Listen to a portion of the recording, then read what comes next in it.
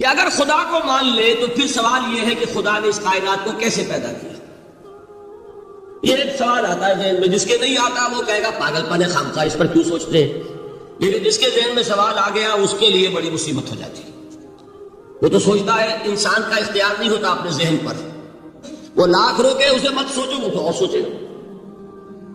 یہ مصیبت ہے فلسفیوں کی، کیسے پیدا کی؟ اب ایک تصور تو یہ ہے کہ جیسے یہ میز ہے، بڑھئی نے بنایا اس کو، بڑھئی علیحدہ ہے، میز علیحدہ ہے، لیکن اس میں یہ بات ماننی پڑے گی کہ پہلے کوئی چیز تھی جس سے میز بنائی، لکڑی تو تھی نا، اس سے میز بنائی۔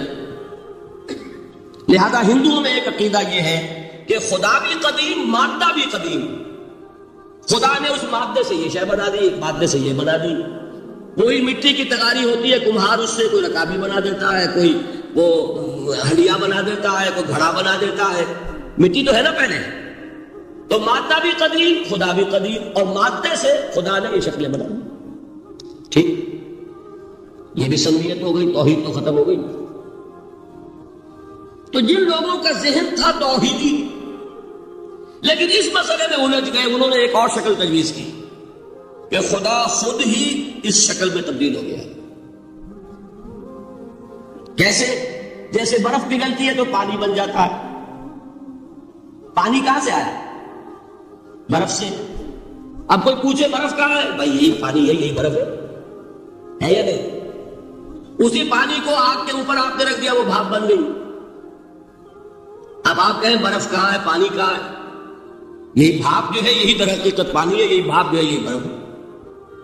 یہ ہے وہ ہماؤس پینتھیزم جس کو انگریزی میں کہتے ہیں، کہ خود خدا نے روپ دھار لیا اس کائنات کا۔ یہ دو فلسفے ہیں۔ کیا ہے یہ؟ بدترین شرک ہے۔ پہلی، اگر شکل ہے تو وہ انسان خدا قرار پا گیا، جس کو اوتار مانا وہ خدا ہو گیا کہ نہیں؟ اور دوسری شکل میں تو ہر چیز بھی خدا ہے، یہ بھی خدا، یہ بھی خدا، پتھر بھی خدا، درخت بھی خدا، ہر چیز خدا۔ اس لیے کہ برف پگھلی ہے تو پانی بنا ہے، وہ پانی چاہے زیر زمین آ رہا ہے، وہ پانی چاہے زمین کے اوپر دریا کی شکل میں آ رہا ہے، یا زمین میں سوتے چل رہے، پانی تو وہی برف ہے جو پہاڑوں پر ہمالیہ پر پڑا ہوا ہے، وہی پگھل رہا ہے، یہ کچھ بن رہا۔ یہ ہے شرک فی الذات کی دوسری قسم جو دنیا میں رہی، پینتھیزم اور انکارنیشن، یا حلول اور ہماؤس۔ سمجھ میں آگے؟ اب میں ایک بات آپ سے عرض کروں گا، اللہ کا اس امت پر بہت بڑا فضل ہے جس کا آپ کو شکر ادا کرنا چاہیے۔ اس نوع کے شرک سے یہ امت 15ویں صدی شروع ہو جانے کے باوجود تاحال بحیثیت مجموعی محفوظ ہے۔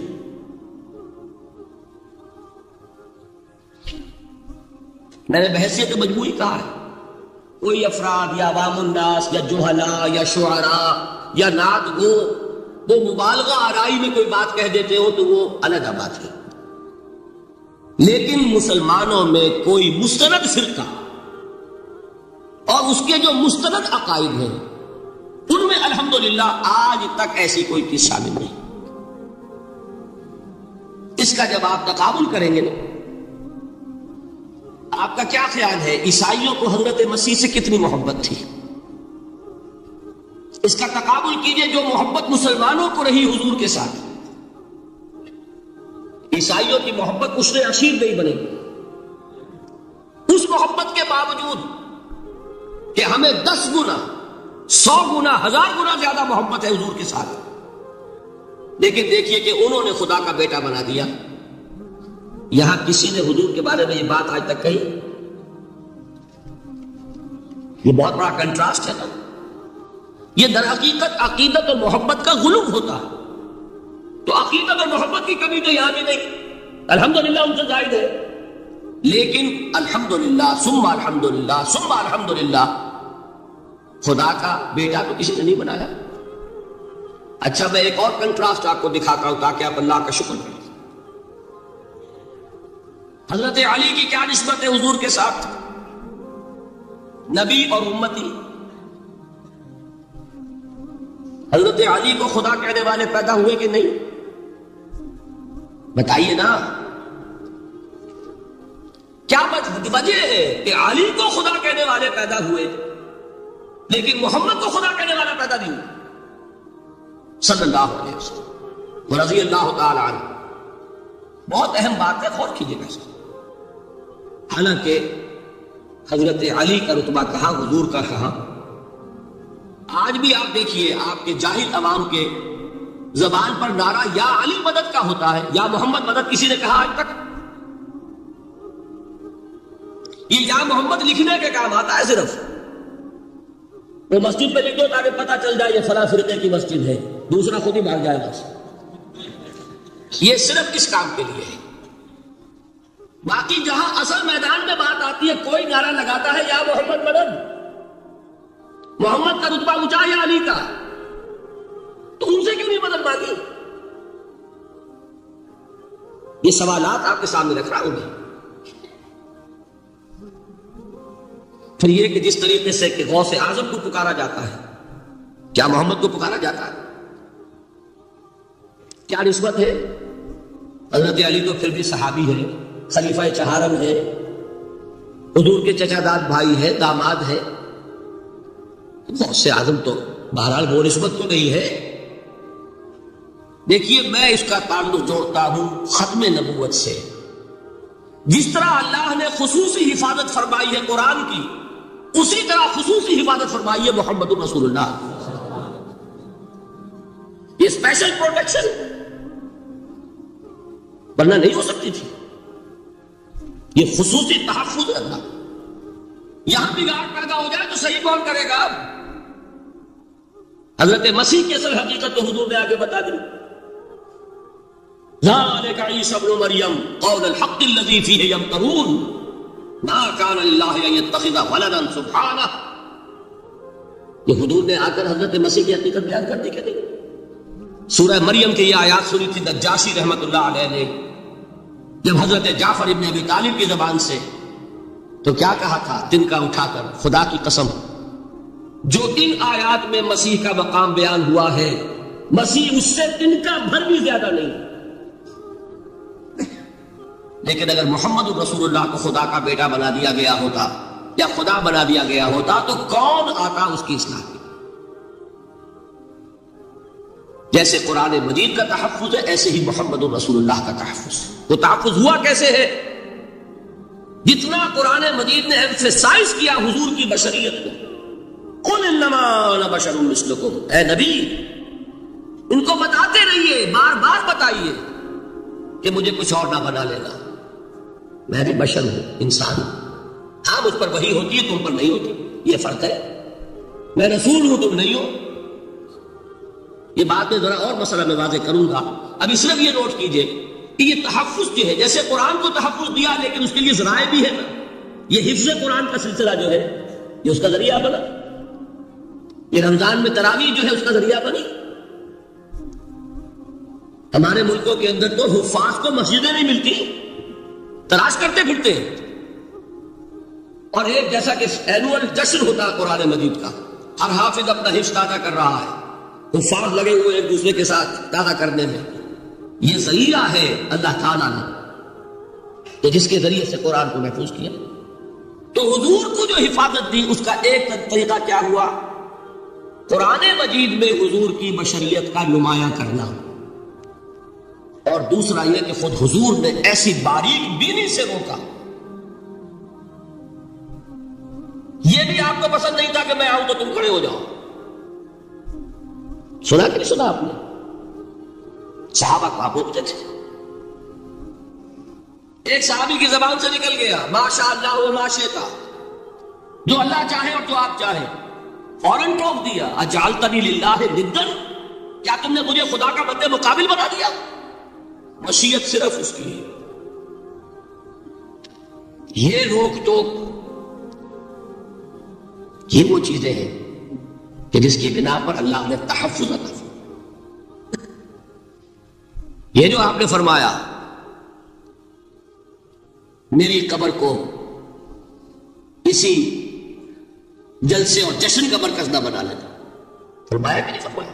اللہ تعالیٰ لعنت فرمائے بنی اسرائیل پر کہ انہوں نے اپنے نبیوں کی قبروں کو تو میلہ گاہ بنا دیا۔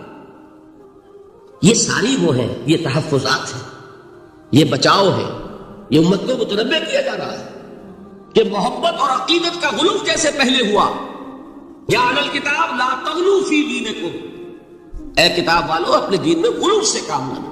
یہ غلو محبت، غلو عقیدت ہے جس کی بنا پر وہ خدا کے بیٹے بنا دیے گئے، اور اگر وہ ہوتا یہاں اللہ کا نہ معلوم اللہ کے برابر کس طریقے سے حضور کو بنا دیا جاتا، لیکن قرآن نے خود حضور نے اس کی پیش بندی کی، جس کا ظہور ہم دیکھ رہے ہیں کہ اللہ کے فضل و کرم سے یہ امت تا حال بحیثیت مجموعی محفوظ ہے۔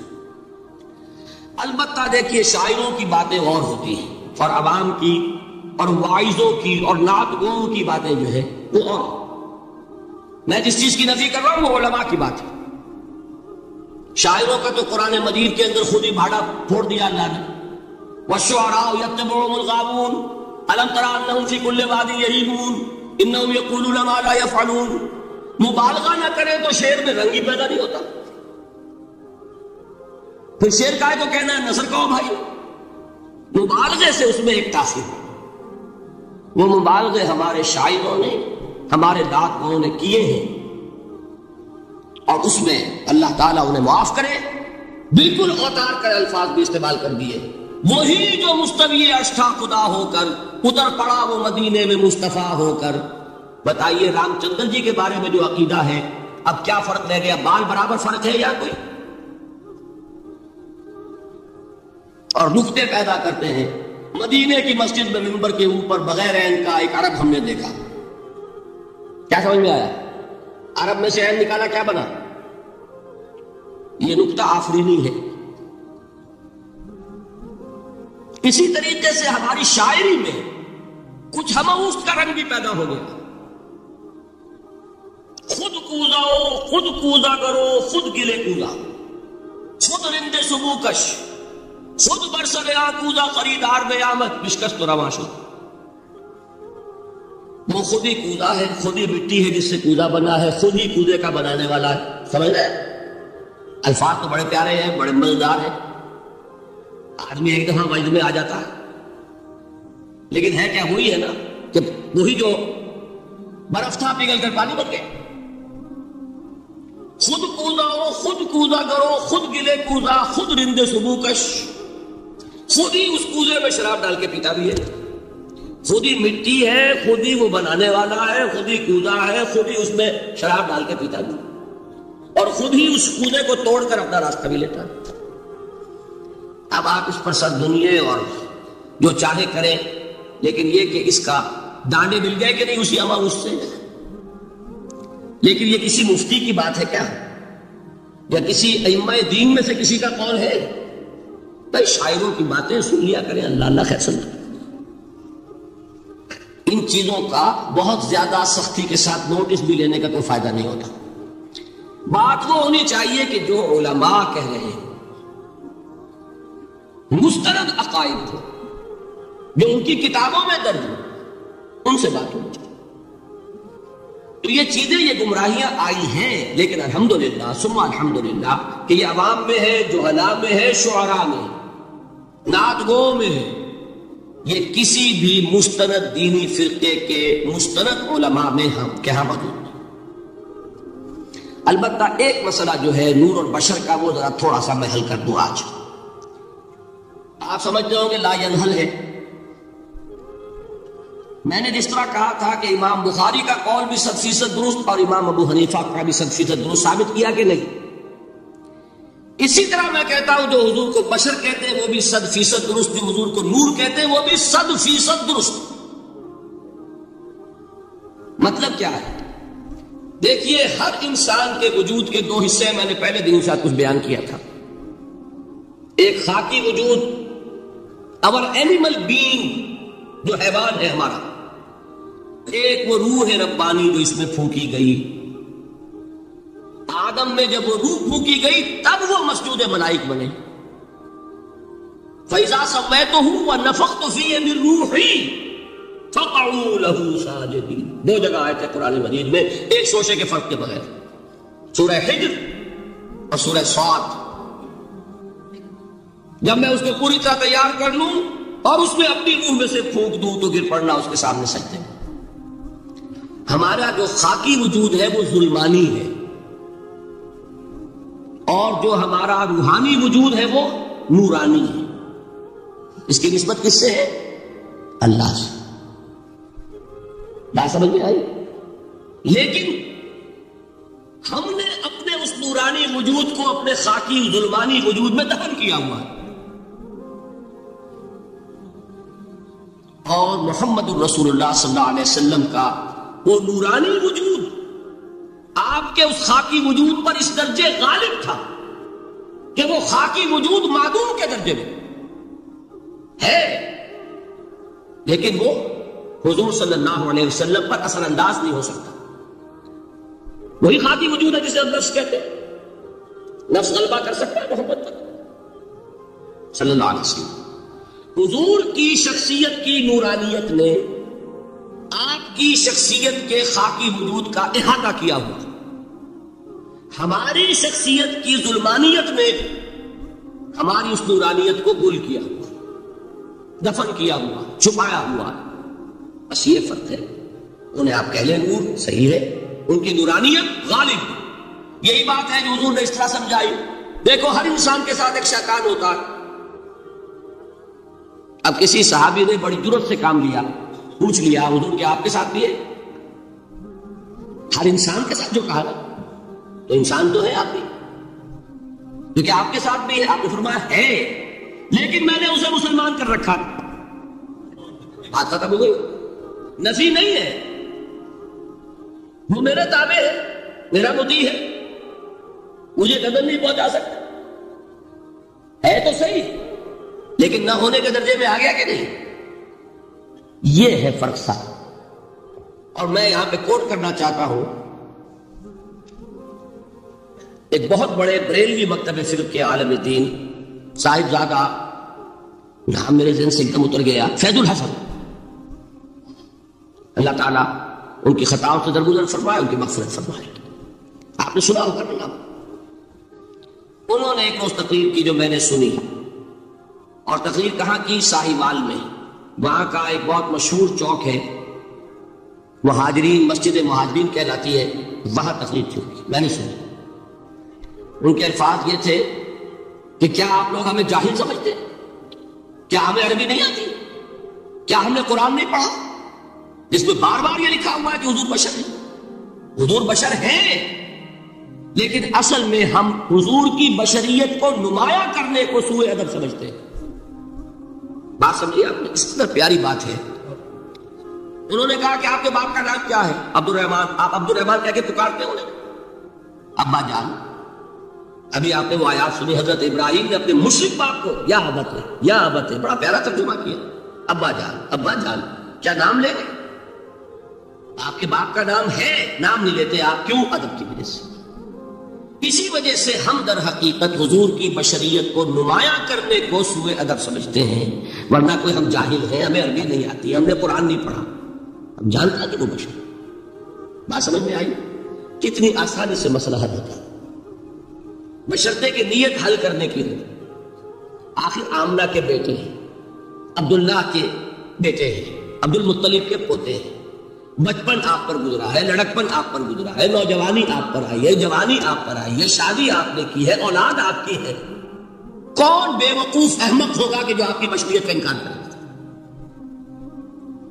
لیکن یہ کہ جس طریقے سے اس کو بیان کیا جاتا ہے وہ ایک مسئلہ بن گیا اختلافی، وہ رد و قضا اور کھینچتان، اور اس میں بھی سمجھ لیجئے مثلکم پر جو ایمفیسس بعض حضرات دے دیتے ہیں اپنے توحیدی جو ان کے اندر ایک مزاج ہے، اللہ تعالیٰ ان کے مزاج کو اور پختہ کرے، لیکن اس میں بھی مبالغہ کیا جاتا ہے۔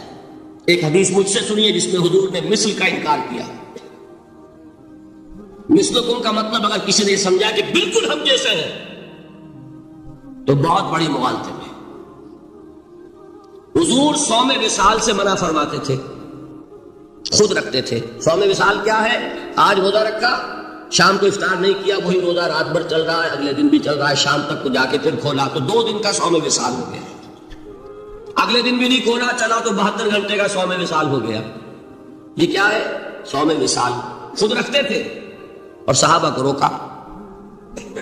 صحابہ میں سے کسی نے ہمت کر لی, حضور آپ خود رکھتے ہمیں روکتے.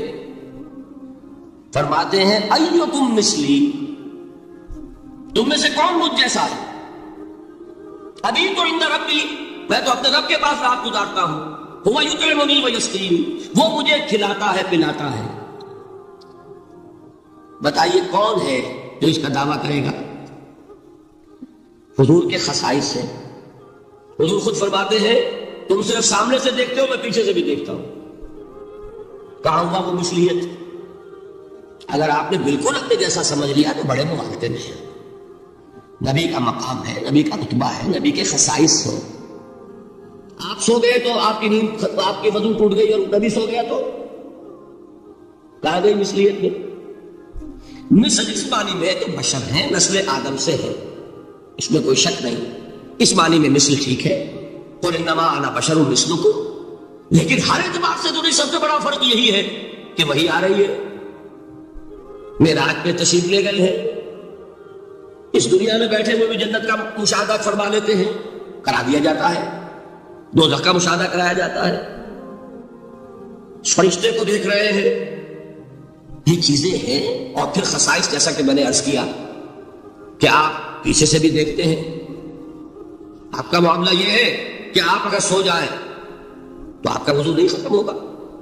یہ ساری چیزیں جو ہیں ان سب کو بیلنس کیجئے تو معلوم ہوگا کہ آپ بشر بھی ہیں 100% درست, لیکن آپ کی وہ نورانیت, آپ سراج منیر, ہدایت کا روشن چراغ, آپ کی جو روح انور ہے وہ آپ کے اس جسدی وجود پر اس طریقے سے حاوی ہے کہ گویا کہ اس نے اس کی ظلمانیت کو ختم کر کے رکھ دیا.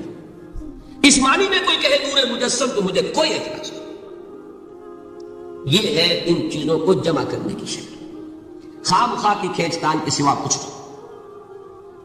بہرحال یہ پہلا حصہ ختم ہوا, شرک فی الذات. اب آئیے شرک فی الصفات. میں نے عرض کیا تھا کہ یہ ایک بڑا علمی مسئلہ ہے اور اس میں ٹھوکر لگ جاتی ہے. وجہ کیا ہے اس کو سمجھ لیں. بنیادی بات, ہماری زبان جو ہے وہ بہت محدود ہے. ہماری ہی زبان ہے جسے اللہ نے ذریعہ بنایا اپنی ہدایت کا, ورنہ ہمارے پلے نہ پڑتی بات. لیکن ہماری زبان کی محدودیت ہے. اس محدودیت کا ایک مظہر یہ ہے کہ ہم جو الفاظ اللہ کے لیے بطور صفت استعمال کرتے ہیں وہی الفاظ مخلوقات کے لیے بھی کر لیتے ہیں. اللہ موجود, ہم بھی موجود. اللہ زندہ, ہم بھی زندہ. اللہ علیم, تو انسان علیم بھی علیم نہیں, علامہ بھی ہے کہ نہیں؟ یہ تو بڑا مبالغے کا لفظ ہے. انسان علامہ ہے. اللہ دیکھتا ہے, بصیر ہے, ہم بھی بصیر ہیں. اللہ سنتا ہے, سمیع ہے, ہم بھی سنتے ہیں. اللہ کو قدرت حاصل ہے, کچھ ہمیں بھی حاصل ہے. ایک مکہ مارا تھا حضرت موسیٰ نے, جان نکال دی تھی کہ نہیں؟ ہے نا کچھ نہ کچھ. اللہ چاہتا ہے, ہم بھی چاہتے ہیں. اسے دیکھیے چاہت میں وہ ہو گیا تھا جس پر روک دیا حضور نے. ما شاء اللہ وما شئت اجعلتنی للہ ندا, کیا تم نے مجھے اللہ کا مد مقابل بنا دیا؟ دھوکہ ان الفاظ کے اشتراک کی وجہ سے لگ جاتا. بات سمجھ میں آئی؟ اب اس میں فارمولہ میں نے عرض کیا تھا کہ ایک نوٹ کر لیں تو مسئلے سارے حل ہو جائیں. جب ہم کوئی لفظ بطور صفت اللہ کے لیے بولتے ہیں اور اسی لفظ کو مخلوق میں سے کسی کے لیے بولتے ہیں, مخلوق میں سب آ گئے, جمادات, حیوانات, انسان, اولیاء اللہ, فرشتے, انبیاء, رسول, سب مخلوق تو ہیں. تو کل مخلوقات کو جب ہم ایک لفظ بطور صفت استعمال کریں گے اللہ کے لیے اور اسی لفظ کو استعمال کریں گے بندوں کے لیے, تو ان میں 3 فرق ہیں جو ذہن میں رہنے چاہیے, گن کر یاد کیجیے. اللہ کی ذات قدیم ہے، ہمیشہ سے ہے، اسی طرح اس کی صفت بھی قدیم ہے، ہمیشہ سے ہے۔ مخلوقات حادث ہے، ان کی صفات بھی حادث ہے۔ حادث قدیم کے مقابلے میں کہ پہلے نہیں تھی پھر ہو گئی۔ ایک فرق، اللہ کی ذات از خود ہے، کسی اور نے تو اس کو وجود نہیں بخشا نا۔ اللہ کا وجود از خود ہے، ذاتی ہے، اسی طرح اس کی صفات ذاتی ہے، کسی اور کی عطا کردہ نہیں ہے۔ مخلوق کوئی ہو کسے باشا، ان کا وجود ذاتی نہیں عطائی ہے، اللہ نے دیا تو وجود ملا۔ اسی طرح ان کی صفات عطائی ہے، ذاتی نہیں۔ دو فرق ہو گئے۔ اللہ کی ذات مطلق ہے، لا محدود، اسی طرح اس کی صفات مطلق ہے، لا محدود۔ مخلوق کی ذات محدود کسے باشا، صفت بھی محدود، ان فرق ہے۔ ذاتی عطائی، قدیم حادث، لا محدود محدود۔ تین فرق ذہن میں رہیں تو جو صفت بھی آپ اب بولیں گے اس میں یہ تینوں باتیں ذہن میں رہیں۔ سمجھ میں آ گئی بات؟ اب اس کا اطلاق کیجئے تو یہ علم غیب کا مسئلہ حل ہو جائے گا۔ یہ بھی لا ینحل سمجھا جاتا ہے۔ علم کسی کا بھی ہو، انسان، فرشتہ، اولیاء، انبیاء، رسول، حضور صلی اللہ علیہ وسلم، کسی کا بھی حادث ہے، قدیم نہیں ہے، عطائی ہے، ذاتی نہیں ہے، محدود ہے، لا محدود نہیں ہے۔ تین باتیں مان لیں، شرک نہیں ہوگا۔ ان میں سے ایک کو ساقط کر دیں، شرک ہو جائے۔ آئی بات سمجھ؟ اللہ کی قدرت ذاتی ہے، عطا کردہ نہیں۔ مخلوق میں جو جس کو قدرت حاصل ہے وہ عطائی ہے، ذاتی نہیں۔ اللہ کی قدرت لا محدود، یفعل ما یشاء فعال لما یرید علی کل شیء قدیر۔ مخلوق کوئی بھی ہو، اس کی قدرت محدود۔ اللہ کی قدرت جب سے وہ ہے ہمیشہ سے ہے، ہمیشہ سے قدرت بھی ہے، اور مخلوق میں سے قدرت یہ حادث ہے۔ تینوں چیزیں سامنے رہیں، شرک نہیں ہوگا۔ ایک چیز کی بھی کمی ہو گئی، شرک ہو جائے گا۔ یہ ساری صفات پر جائے۔ اللہ کی حیات ذاتی، ہماری عطائی، لائی حیات آئے، قضا نہیں چلی چلے، اپنے بس میں نہ آنا تھا نہ جانا ہے، زندگی اس کی عطا کردہ ہے، جب چاہے لے لے۔ اللہ کی حیات بھی ایسی ہے کیا؟ ذاتی، الحی۔ ہماری حیات محدود، ویسے بھی محدود، موت آئے گی شاید ختم ہو جائے، چلیے موت ختم نہیں کرتی، ہم سمجھتے ہیں کہ وہ ہماری ابدی ہے۔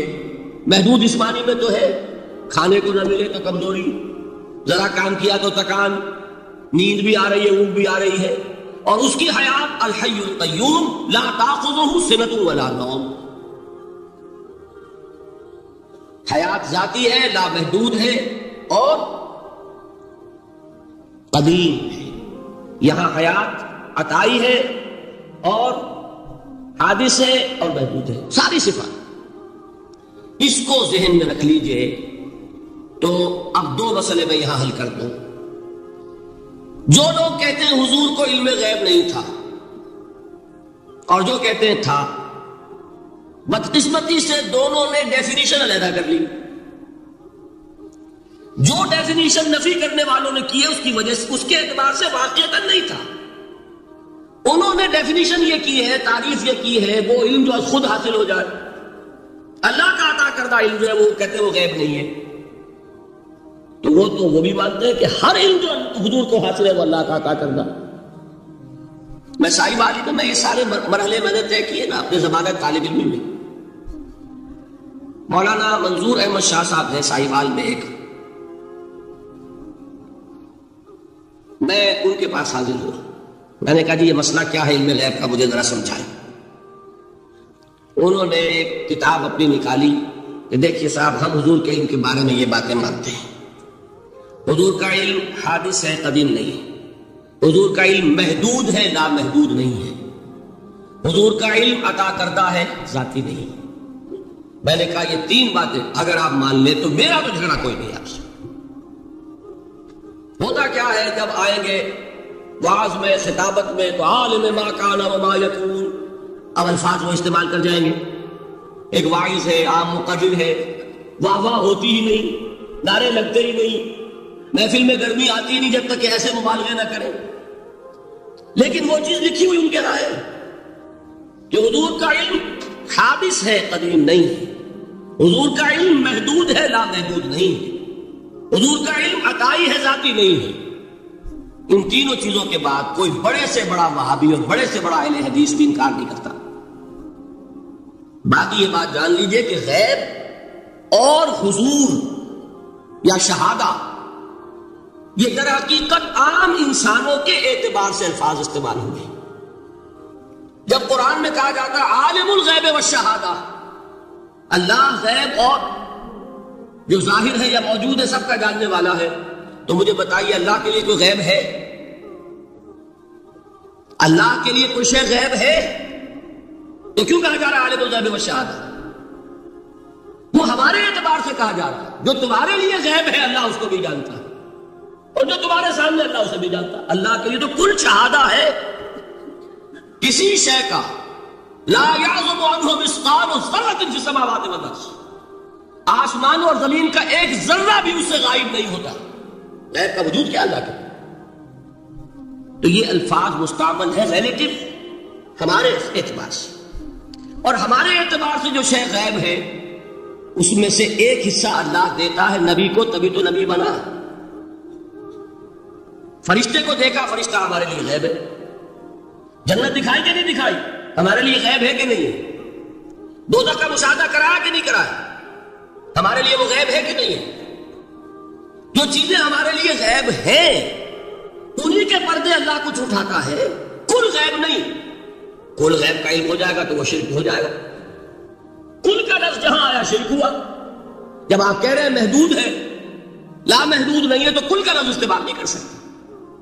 لیکن غیب میں سے کچھ علم دیا گیا تبھی تو نبی بنا، ورنہ میرے اور نبی میں فرق کیا ہوا پھر؟ البتہ یہ کہ وہ غیب کا علم ہو یا حاضر کا علم ہو، سائنٹیفک نالج ہو یا وحی کا علم ہو، کوئی بھی علم ہو، آیت الکرسی کے الفاظ نوٹ کیجئے، یعلم ما فی السماوات وما فی الارض، وہ جانتا ہے ولا یحیطون بشیء من علمہ الا بما شاء، مخلوق میں سے کوئی بھی اس کے علم میں سے احاطہ نہیں کر سکتا مگر جتنا وہ چاہے۔ اب یہ بات علیحدہ ہے کہ ہم کون ہیں طے کرنے والے کہ ناپے بیٹھ کر کے اللہ نے ابراہیم کو کتنا علم دیا، ہم ناپ سکتے ہیں؟ عیسیٰ کو کتنا دیا ہم جان سکتے ہیں؟ تو ابراہیم کا، موسیٰ کا، عیسیٰ کا نہیں ناپ سکتے تو محمد رسول اللہ کا کہاں ناپیں گے؟ یہ پاگل پن ہے، یہ ہے جو غلطی ہوتی ہے۔ ہم کون ہیں طے کرنے والے؟ اللہ نے اپنے نبی کو دیا جو دیا، بات ختم۔ کل نہیں کہیں گے، کل کہا شرک ہو جائے، ذاتی کہا شرک ہو جائے۔ عطائی ہے، جو دیا اللہ نے دیا، اور کل نہیں دیا، جتنا چاہا دیا، ہے حادث، قدیم نہیں۔ تینوں چیزوں مان لیجئے تو شرک کا کوئی شائبہ نہیں۔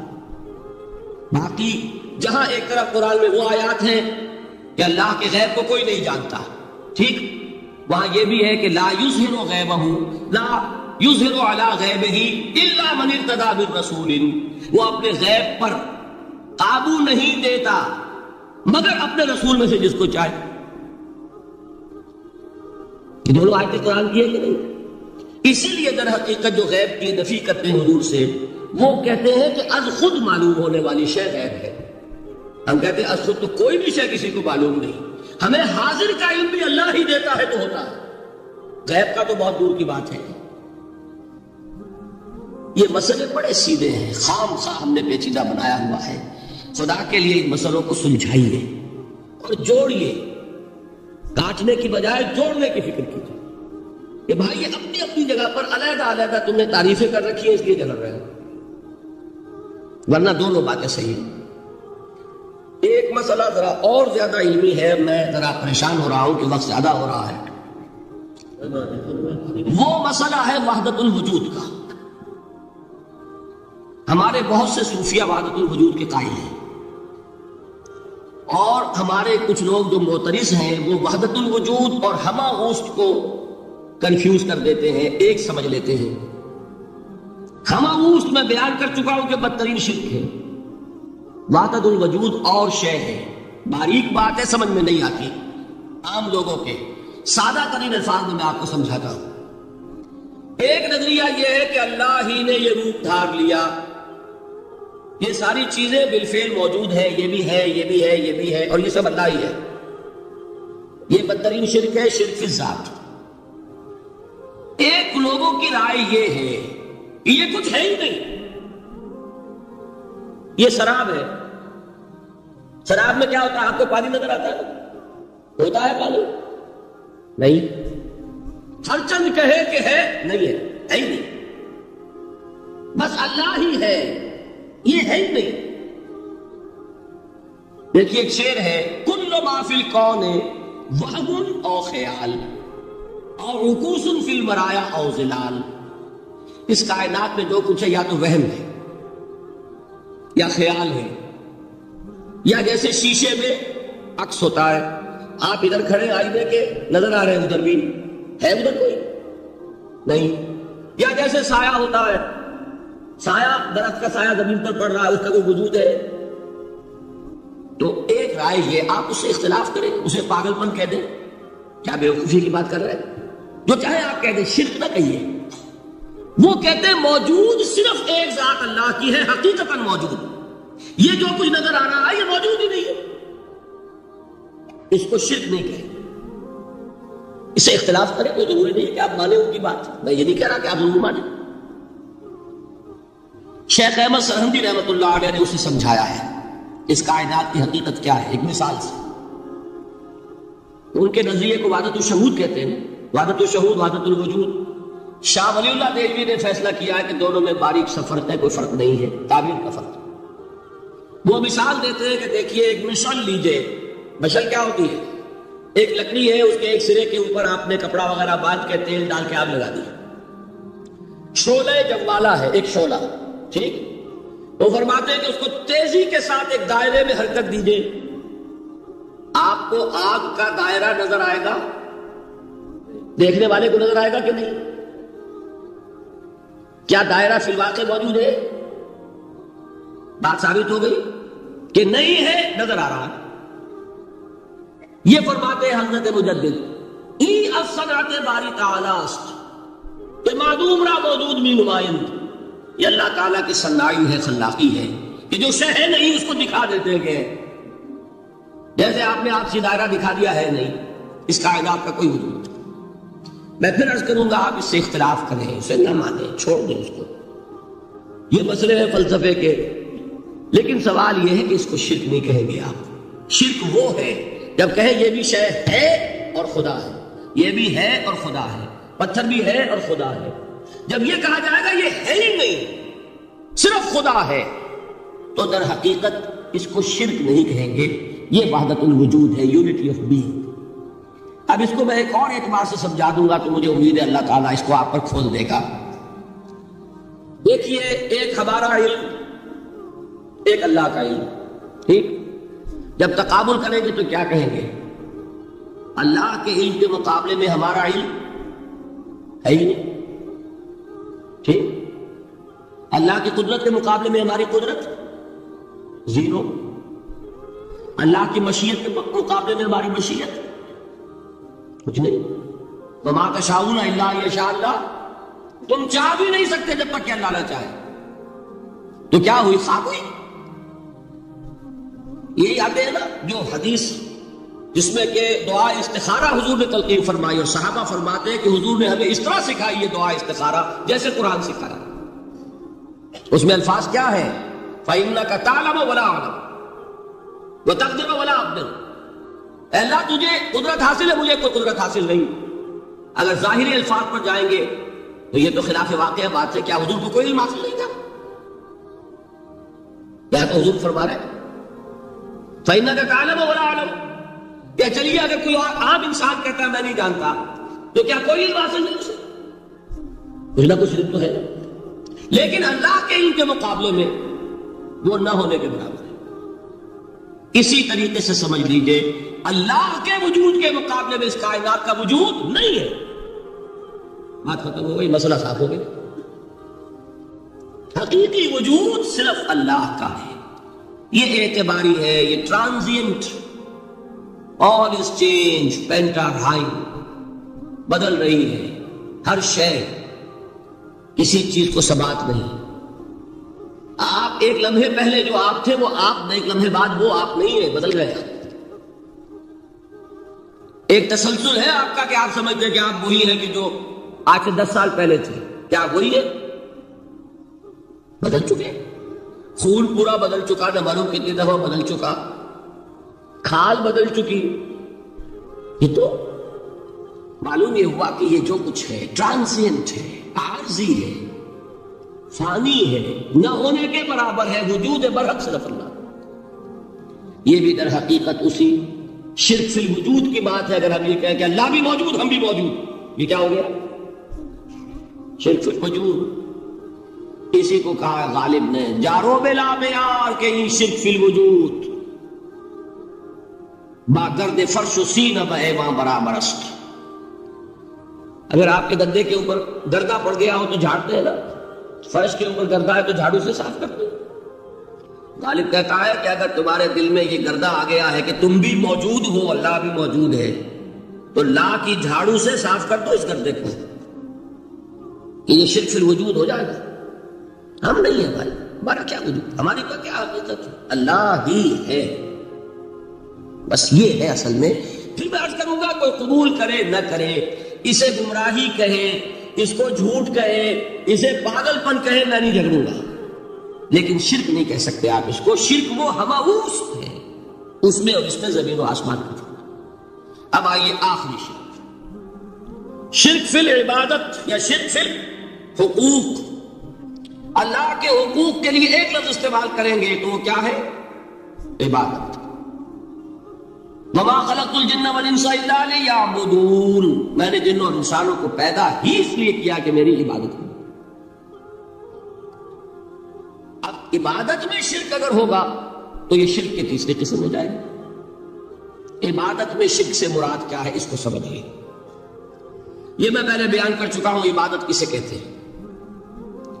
عبادت کے دو جز سمجھ لیجئے، جیسے ایک میرا یہ جسم ہے، ایک اس میں روح ہے۔ روح نظر نہیں آتی، نظر جسم آتا ہے، لیکن اس جسم کا سارا وجود اس روح سے ہے۔ چلیے روح کو چھوڑیں، جان، جان کیا کس برا کا نام ہے، کسی کو نظر آئی آج تک؟ لیکن یہ جان ہی ہے جو اس جسم کو قائم رکھے ہوئے۔ اسی طرح عبادت کا ایک جسم ہے، ایک جان ہے۔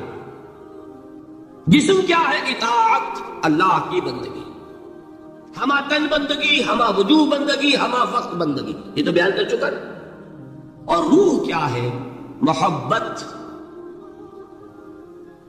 اللہ کی محبت۔ اطاعت جبر سے کی جاتی ہے تو وہ عبادت نہیں کہلاتی ہے۔ انگریز کی اطاعت ہم کرتے تھے نا، لیکن کیا عبادت کرتے تھے؟ بات سمجھ میں آئی؟ اطاعت تو کر رہے تھے، عبادت نہیں۔ عبادت اس اطاعت کو کہتے ہیں جو کسی ہستی کی محبت سے سرشار ہو کر ہما وقت، ہما تن، ہما وجود کی جائے۔ تو جسد ظاہری کیا ہے عبادت کا؟ اطاعت، اور روح کیا ہے؟ محبت۔ اب ان دونوں کے اعتبار سے شرک کیا ہے، توحید کیا ہے، اس کو سمجھ لیجئے۔ اور یہ ہے وہ چیزیں جو میں نے عرض کیا تھا کہ بالکل الجبرا کے فارمولوں کی طرح کی بات ہے۔ اطاعت میں توحید کیا ہے کہ مطاع مطلق صرف اللہ، ٹھیک؟ باقی ساری اطاعتیں اللہ کی اطاعت کے تابع، نفی نہیں ہے۔ والدین کی اطاعت کرو، لیکن جہاں والدین حکم دیں اللہ کے حکم کے خلاف، بات ختم، اطاعت نہیں ہوگی۔ بیوی شوہر کی اطاعت کرے، آپ اولو الامر کی اطاعت کرے، شاگرد استاد کی اطاعت کرے، مرید پیر کی اطاعت کرے، لیکن کیا پیر کو یہ بھی حق ہے کہ اللہ کے کسی حکم کو منسوخ کر دے، رسول کے کسی حکم پر اپنے حکم کو بڑھ کرے، بالا کر رکھے؟ سمجھ میں آ گیا؟ اصول کیا ہے کہ اطاعت مطلق unconditional unlimited obedience is due only to Allah. All the other obediences are limited by His injunctions.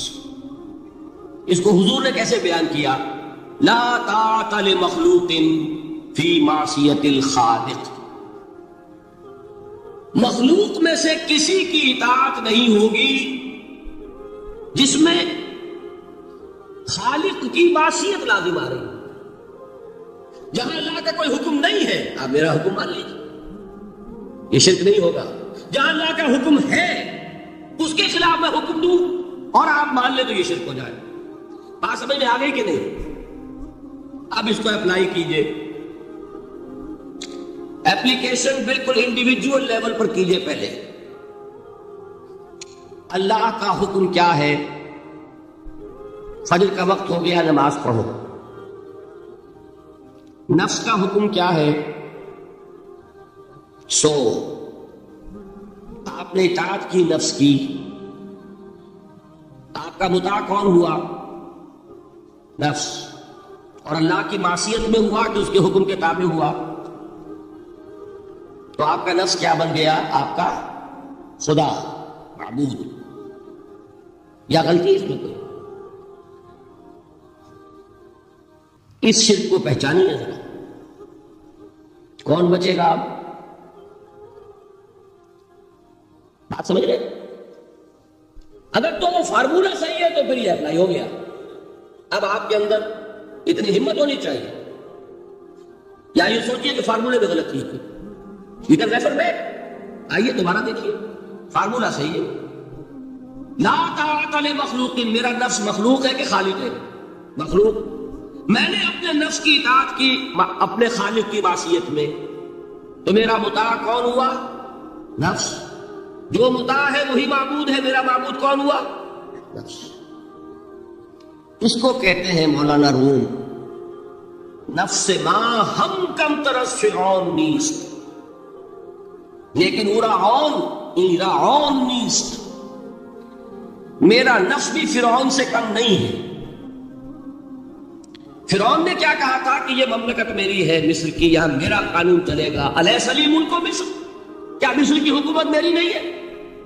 میں نہیں جانتا کون اللہ کون رسول، کیا حکم صحیح کیا غلط، میرا حکم چلے گا. تو میرا نفس بھی تو یہی کہتا، میں نہیں جانتا کیا اللہ کا حکم کیا رسول کا حکم، میری مرضی پوری کرنی پڑے گی. میری خواہش، میری چاہت، میری تمنا وہ پوری کرنی پڑے گی. اور ہم ہاتھ جوڑ کر اس کے آگے کھڑے ہو جائیں کہ بھائی ٹھیک ہے جو تیری مرضی، اللہ کی مرضی پیچھے، تیری مرضی پہلے. تو معبود کون ہوا؟ نفس ما ہم کم ترس فرعون نیست، لیکن ایرعون نیست. ٹھیک. قرآن سے سند چاہیے.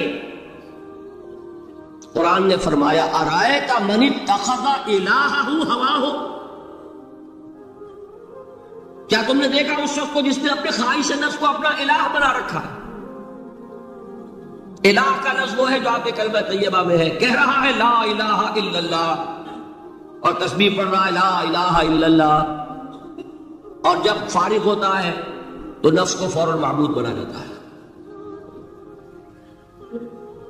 ارائیت من اتخذ الہہ ہواہ. کیا تم نے دیکھا اس شخص کو جس نے بنا لیا اپنی خواہش نفس کو اپنا معبود؟ اچھا، اسی کو میں اب ٹاپ پر لے جا رہا ہوں. درمیان میں فل ان دی بلینکس آپ کر لیجئے گا. یہ میں نے کہا تھا انڈیویجول میں. اب آئیے کلیکٹیو لائف جو ہے، قومی زندگی، اس میں سب سے اونچی چیز کیا ہوتی ہے؟ کسی بھی ریاست کا دستور. دستور میں کیا بات طے ہوتی ہے؟ اولین کہ حاکمیت کس کی ہے. ٹھیک. اگر آپ نے کہا جمہور کی حاکمیت ہے،